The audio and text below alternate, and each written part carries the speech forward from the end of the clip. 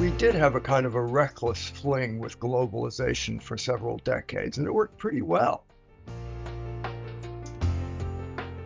A warm welcome to Geopolcast, the new podcast from WTW exploring geopolitics and its impact.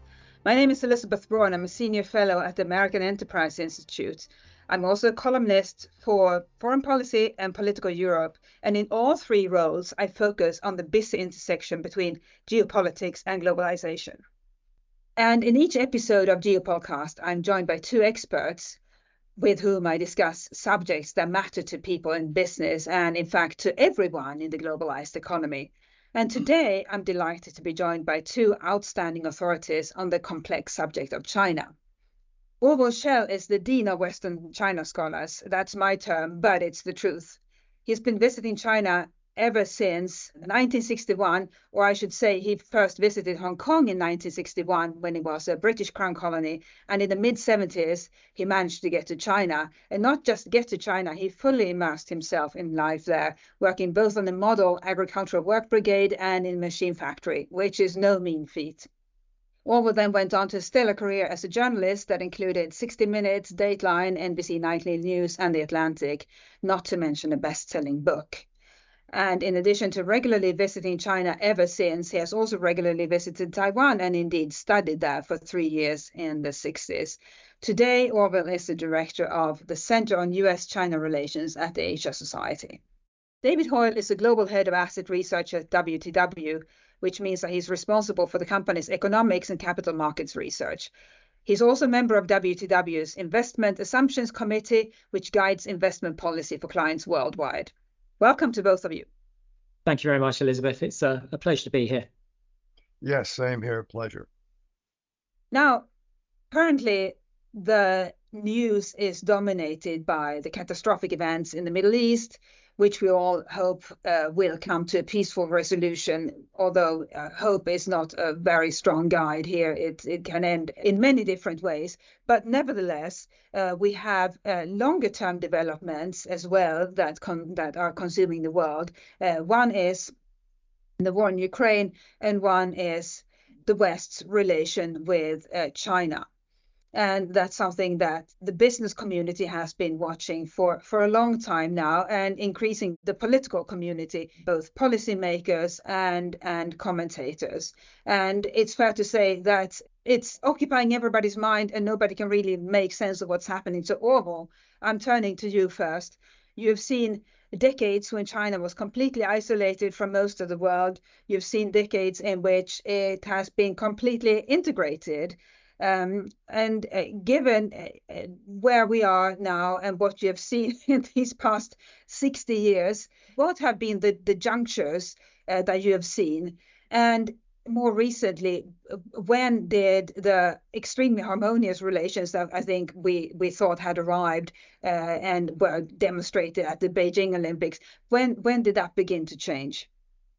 Yes, I know. If you look at the sort of the glide path of China, at least during my lifetime, I first sort of got into it when in fact, we were very completely decoupled, to use some modern parlance. We couldn't go there. Our passports as Americans were stamped with not good for travel to the People's Republic of China. And I watched China slowly. I did go to China while Mao was still alive and the Cultural Revolution still continued. And I felt, even though I spoke Chinese, utterly insoluble. But that wasn't China et aeternam. It was China then. And as we all know, Mao died, the Gang of Four was arrested, Deng Xiaoping somehow managed to come back into power and to initiate this rather extraordinary period of reform. Well, that was a transformation. And now, just not to labor through too much history, we come to a period with Xi Jinping where in many ways we see echoes of that period where, economically speaking, autarky, self-reliance were the watchwords of the day. And once again, we see under Xi Jinping that is coming to be the mantra, again, of China, to be suspicious about dependencies on the outside world, particularly the outside, liberal democratic world. So we've seen China go through these various incarnations, which isn't to say that what we see now is also eternal, but only to say that it is an expression of a part of China. And China, I think you'd have to say, whether you're a politician, a businessman, a scholar, or a journalist, is perhaps the least unresolved nation of consequence in the world. What I mean by that is that it doesn't quite know what its core self is and where it's sort of seeking to evolve to. Yes, and if I may add, isn't another problem that we have become accustomed to a world where everybody, well, many people speak English, and so there may be not enough people who speak Chinese and are able to form a well-rounded view and a comprehensive view of Chinese society, and instead make assumptions based on content available in conversations and interviews and other content available in English. David, I want to turn to you as well, but Orville, just to follow up on what you said, was it really in 2008, was that the peak of integration between China and the West, would you say, or when did things begin to change? Well, I think that was the high tide of globalization. That's sort of the incarnation of the notion that if we all just keep trading, we will make slow progress towards a more integrated world. And even the assumption was perhaps naive, but true, that somehow politically we would find greater accord and greater accommodation as well. And I think the financial crisis of 2008-9 not only represented a tipping point, but I think China was gaining great ascendancy, great economic clout, was quite proud and quite sort of full of itself. And then when the West sort of hit the skids, particularly the United States, they kind of got the notion that we were at a point where the West was in decline and China was rising. And that was a sort of fateful moment because, true or not, it kind of cast the die going forward. And then you got a much more aggressive, a much more confident, a much more assertive China. And we can see the consequences of that today. It's sort of evolved out in terms of a new contradiction, not just ideologically between China and the outside world, or much of it, but also an economic contradiction, which we see evolving in terms of competitiveness and sanctions and whatnot. And David, these cooling relations are having an immediate effect on Western companies, whether or not they have manufacturing facilities or other significant presence in China. And our listeners won't need to be reminded of what that looks like in practical terms. But if I could summarize, it is what is taking place is that Western companies are trying to reduce their exposure to China by friendshoring, so moving operations to another country. But that's a time-consuming undertaking, that will take a long time to execute. And also, in addition to friendshoring, what seems increasingly clear is that companies are trying to build separate operations. So one for the West and one for China and countries in its orbit. So duplication, really. And this is even more complex. Now, how are companies going about it? We know in the abstract that this is what's happening, but can you tell us a little bit about how they are going about it and what is entailed?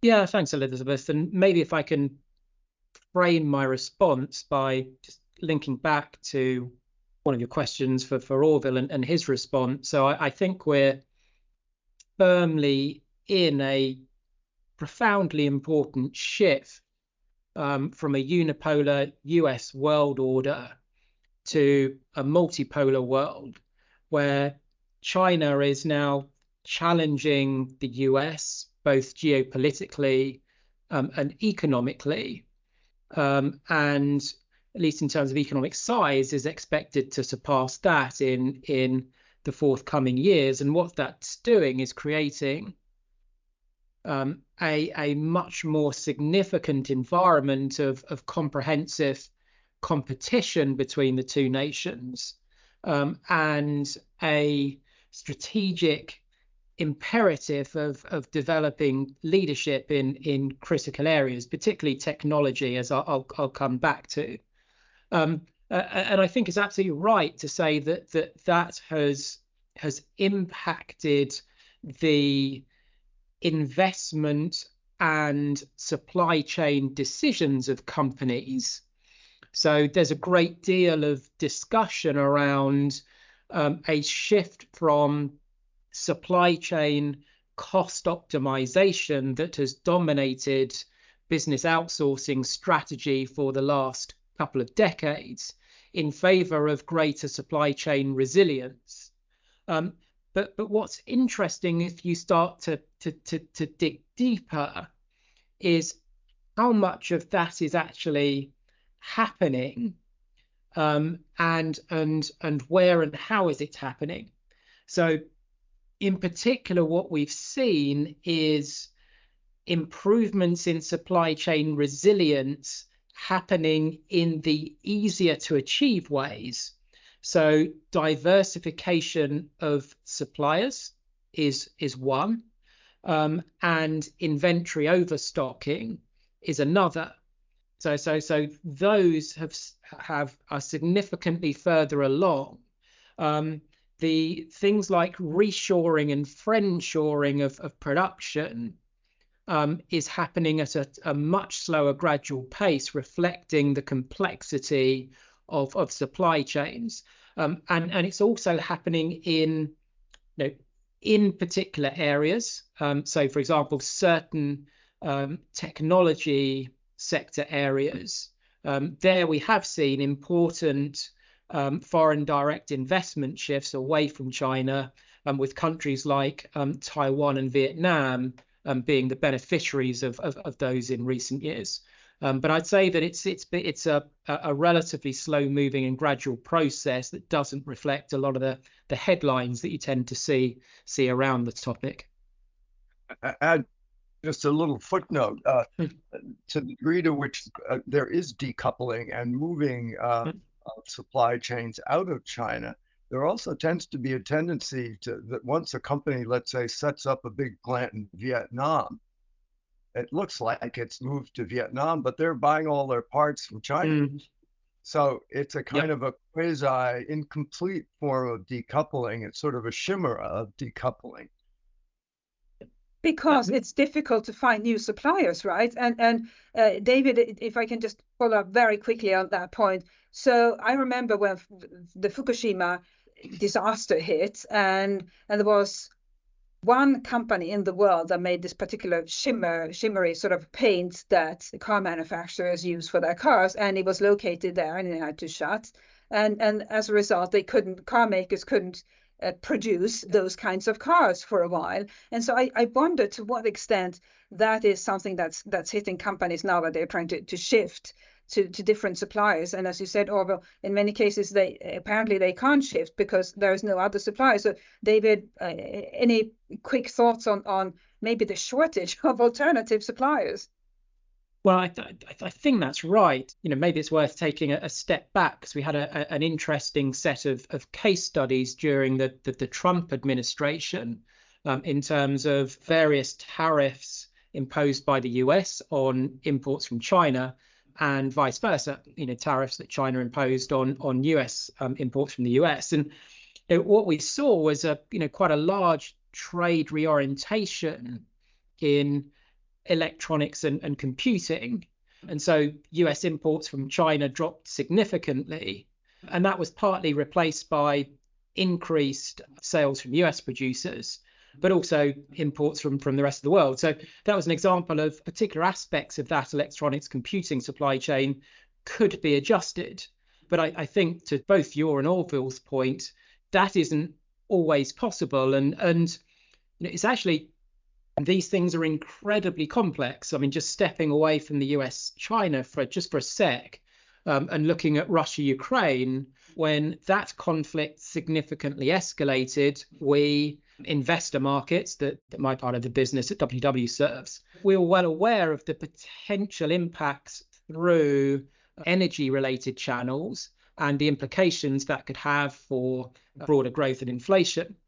And what we didn't realize was that Ukraine was also a significant part of the automobiles supply chain. And so actually that there were these very important consequences for Euro auto manufacturers caused by the Russia-Ukraine conflict. And so it's a good example of how trying to track the complexity and interlinkages and unintended consequences of shifts in supply chains is an incredibly hard thing to do. And so there are always these uncertainties as policies get enacted about exactly what the potential impacts on industry or companies might be. Indeed.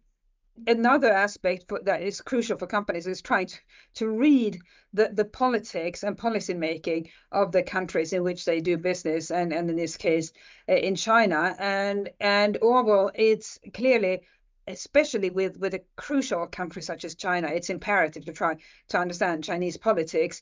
And yet, for most companies, and apparently for most of us, it's very hard to understand what is happening. And it reminds me a little bit of the Sovietology that went on during the Cold War, when analysts tried to figure out what was happening and what was likely to happen by seeing how Soviet leaders were lined up at various public events, who was standing next to whom, and so forth. And in recent months, there have been two high-profile events in China, which are the dismissal of the foreign minister and then of the defense minister.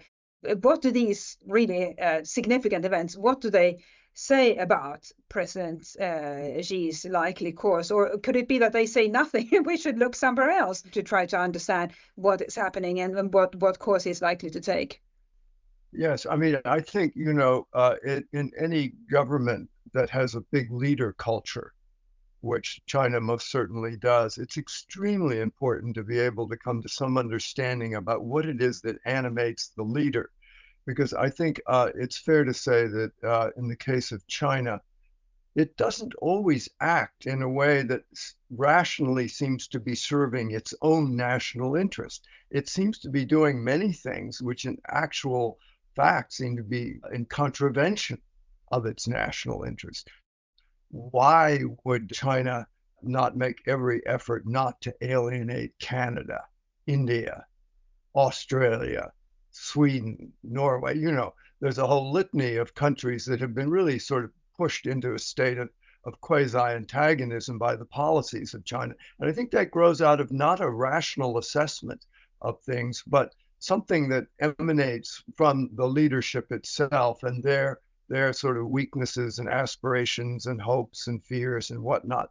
And here, I think it's really important to note that we did have a kind of a reckless fling with globalization for several decades, and it worked pretty well. As long as you could get things quickly, cheaply, no one needed inventories, didn't matter where they came from, didn't matter what the governments were. But suddenly we find ourselves now dependent on China. And it is not just the West or the United States that's decoupling. Xi Jinping himself is very neuralgic to the idea that he would be dependent on the West for anything that's critical to China's future, such as microchips. So we have a kind of a double jeopardy here. Both the West, German car industry, the American, the litany of people who are sort of heading for the doors if they can find a door, which, as David has noted, is not easy. But on the other hand, you have China very skeptical about continuing any kind of dependence on Japan, Korea, Australia, the United States, even India. So oil and water is separating not simply by the response from Washington. It's a kind of complicated dance between Beijing and Washington. And both are sort of reinforcing the tendency in the other country to become more self-reliant. And you will recall that was a great mantra of Mao Zedong. 自力更生 in Chinese, self-reliance. And this is the aquifer from which Xi Jinping drank as a young man. And it's deep in his bones that China never wants to find itself reliant on a country that has a different political system.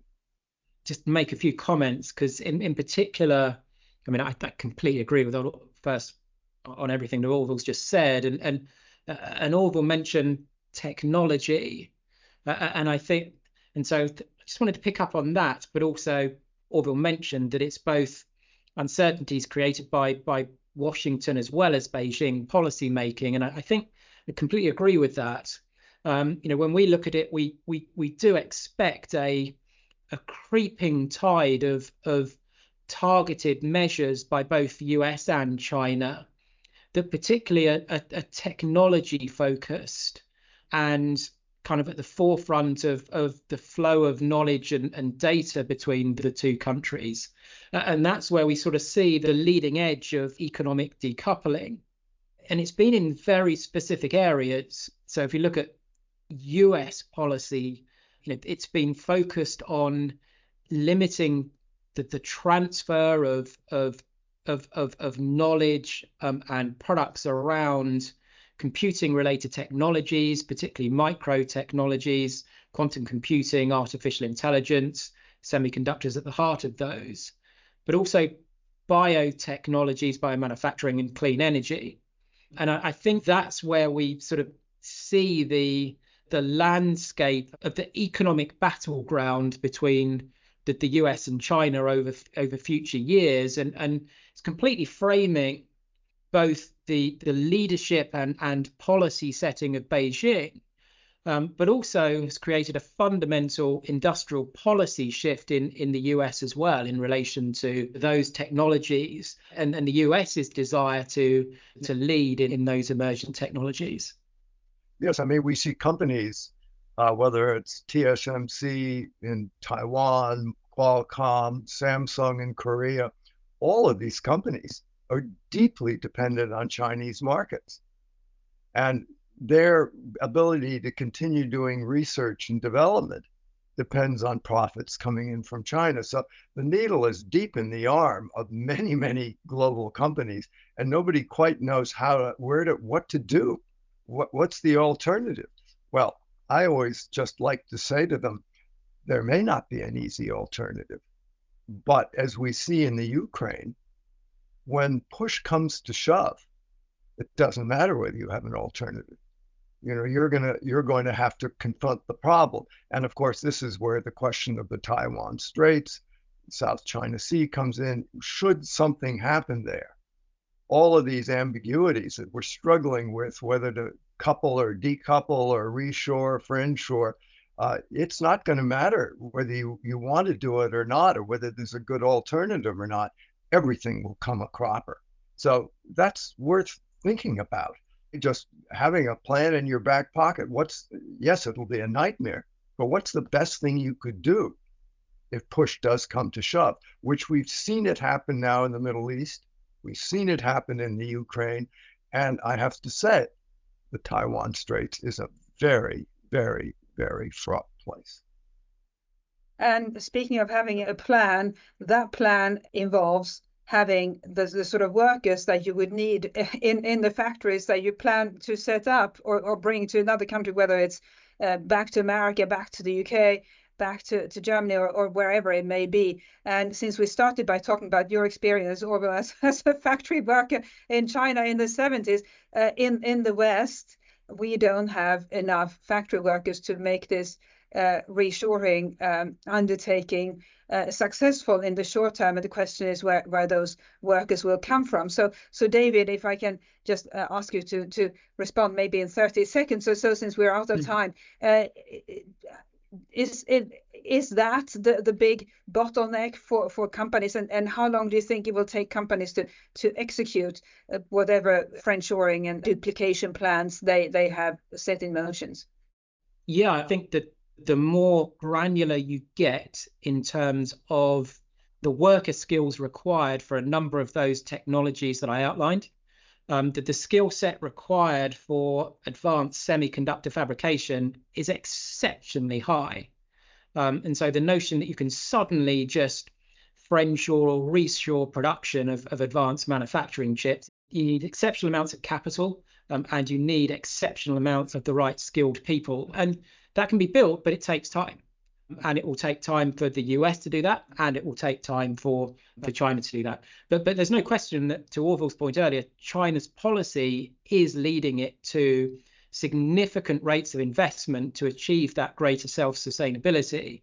And so their principle of building national champions in particularly strategically important areas to them is a very clear part of their industrial policy, and actually to some degree is replicated by, a little bit by the Inflation Reduction Act in the US under the Biden administration. And I have to close with you, Orville, since you are the person, China watcher alive today, with the greatest number of years of watching China. And you have seen these extraordinary iterations of China over the decades. It really is an extraordinary development this country has gone through from the worker brigade, agricultural brigade you were on to where it is today. And so this podcast has a business audience, and I'm keen to hear from you what your advice would be for companies that are trying to figure out what course to chart in this absolutely unprecedented environment in which CEOs find themselves today. Yes, I think it's important for us all to remember that engagement as a policy, which began basically in 1972 with Nixon and Kissinger, actually did work. And it created an incredible boom in China, an incredible sort of global boom in trade. But I think companies do need to be mindful of the fact that even though 9 US presidential administrations wholeheartedly supported engagement, and I believe it was the right policy and worth a try, because it was America trying to bend the metal of Chinese Leninism and try to make it all work out, but it didn't. And that is the message I think Xi Jinping brings us, that he is not a globalizer. And that comes as a very harsh slap in the face for companies that have spent the last 20 years diversifying their supply chains all over the world and becoming dependent on China. What is the answer? I think the answer is that the United States and other great countries have to do as much diplomacy as they possibly can to bring this thing to some less than unfriendly conclusion. That is the unfortunate reality, and we'll have to come back to it because this is a development that will continue to not just occupy the brightest minds in business and elsewhere, but is likely to accelerate. So with that, I have to close for today, and we'll come back to these thorny issues. So let me thank Orville Schell and David Hoile, and also our producer Robin Pegg. And above, thank you all for listening to Geopolcast. In upcoming episodes, we'll examine supply chain risks, ESG, and much else. So thank you, David, and thank you all. Pleasure. To get the episodes as soon as they are released, make sure to subscribe to Geopolcast. You can find us via your usual podcast players. And please recommend us to your friends and colleagues. Until next time. Thank you for joining us for this WTW podcast featuring the latest perspectives on the intersection of people, capital, and risk. For more information, visit the Insights section of WTWCO.com. Willis Towers Watson offers insurance-related services through its appropriately licensed and authorized companies in each country in which Willis Towers Watson operates. For further authorization and regulatory details about our Willis Towers Watson legal entities operating in your country, please refer to our Willis Towers Watson website. It is a regulatory requirement for us to consider our local licensing requirements. The information given in this podcast is believed to be accurate at the date of publication. This information may have subsequently changed or have been superseded and should not be relied upon to be accurate or suitable after this date. This podcast offers a general overview of its subject matter. It does not necessarily address every aspect of its subject or every product available in the market, and we disclaimer all liability to the fullest extent permitted by law. It is not intended to be and should not be used to replace specific advice relating to individual situations, and we do not offer, and this should not be seen as legal, accounting, or tax advice. If you intend to take any action or make any decision on the basis of the content of this podcast, you should first seek specific advice from an appropriate professional. Some of the information in this podcast may be compiled from third-party sources we consider to be reliable. However, we do not guarantee and are not responsible for the accuracy of such. The views expressed are not necessarily those of Willis Towers Watson. Copyright Willis Towers Watson 2023. All rights reserved.